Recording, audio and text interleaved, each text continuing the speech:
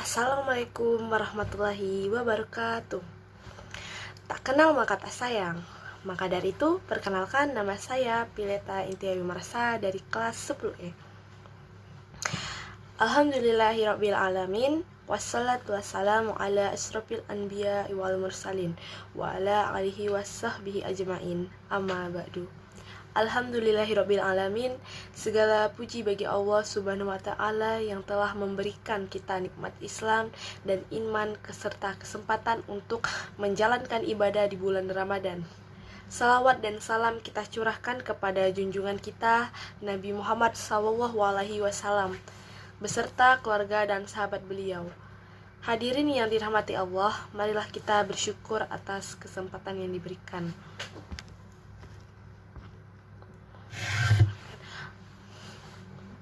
Hadirin yang dirahmati Allah, marilah kita bersyukur atas kesempatan yang diberikan Allah untuk bertemu kembali dengan bulan Ramadan. Bulan ini adalah bulan yang penuh berkah, rahmat, dan ampunan. Dalam bulan ini Allah Subhanahu wa taala mewajibkan kita untuk berpuasa sebagaimana firman-Nya dalam surah Al-Baqarah ayat 183. Wahai orang-orang yang beriman, diwajibkan atas kamu berpuasa sebagaimana diwajibkan atas orang-orang sebelum kamu agar kamu bertakwa. Dalam Quran surat Al-Baqarah ayat 183. Dari ayat ini kita memahami bahwa tujuan utama dari ibadah adalah untuk mencapai derajat takwa. Tapi apa sebenarnya makna takwa dan bagaimana puasa bisa membentuk pribadi yang bertakwa? Saudaraku yang dirahmati Allah, takwa berasal dari kata waka yang berarti menjadi atau melindungi diri dari hal-hal yang dapat menyebabkan murka Allah Subhanahu wa taala. Orang yang bertakwa adalah mereka yang senantiasa menjalankan perintah Allah dan menjauhi larangannya. Dalam bulan Ramadan, kita ditempa untuk menjadi pribadi yang lebih bertakwa melalui beberapa hal berikut. Yang pertama, mengendalikan diri dan hawa nafsu. Puasa bukan hanya sekadar menahan lapar dan haus, tetapi juga menahan diri dari segala bentuk kemaksiatan.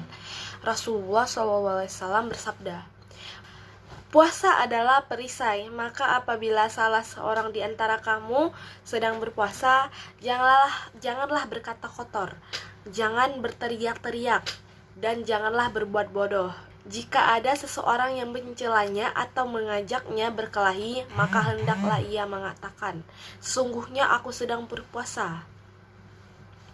Dari hadis ini kita belajar bahwa puasa melatih kita untuk memiliki kesabaran dan pengendalian diri.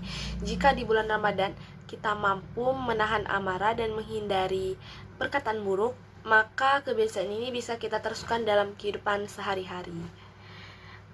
Yang kedua, meningkatkan kedekatan dengan Allah Subhanahu wa taala. Ramadan adalah bulan yang penuh keberkahan, di mana pahala amal ibadah dilipat gandakan. Oleh karena itu, kita harus memperbanyak ibadah seperti sholawat, tarawih, membaca Al-Quran, berzikir, dan berdoa. Allah Subhanahu wa taala berfirman dalam surah Al-Baqarah ayat 186, dan apabila hambaku bertanya kepadamu, Muhammad, tentang aku, maka sesungguhnya aku dekat. Aku kabulkan doa orang yang berdoa apabila dia berdoa kepadaku. Di bulan Ramadan ini, mari kita manfaatkan waktu-waktu mustajab untuk memohon ampunan dan meminta segala kebaikan kepada Allah Subhanahu wa taala. Dan yang ketiga, memperbanyak amal kebaikan dan sedekah. Selain ibadah wajib, Ramadan juga mengajarkan kita untuk berbagi kepada sesama. Rasulullah SAW adalah orang yang paling dermawan, dan beliau menjadi lebih dermawan di bulan Ramadan. Beliau bersabda, sebaik-baik manusia adalah yang paling bermanfaat bagi manusia lain. Salah satu bentuk kebaikan yang bisa kita lakukan adalah dengan memberikan makanan berbuka kepada orang lain, menyantun anak yatim, atau membantu orang yang membutuhkan. Hadirin yang berbahagia, Ramadan adalah kesempatan emas bagi kita untuk meningkatkan kualitas diri dan meraih derajat takwa. Oleh karena itu, marilah kita jalani Ramadan dengan penuh keikhlasan dan kesungguhan. Jangan sampai bulan yang penuh keberkahan ini berlalu begitu saja tanpa adanya perubahan dalam diri kita. Semoga Allah Subhanahu wa Ta'ala menerima ibadah kita dan menjadikan kita sebagai hambanya yang bertakwa. Amin amin ya rabbal alamin. Nah, jadi segitu aja kultum secara singkat dari saya. Bila ada kata yang kurang berkenan, mohon dimaafkan. Saya akhiri, wabillahi taufiq wal hidayah. Wassalamualaikum warahmatullahi wabarakatuh.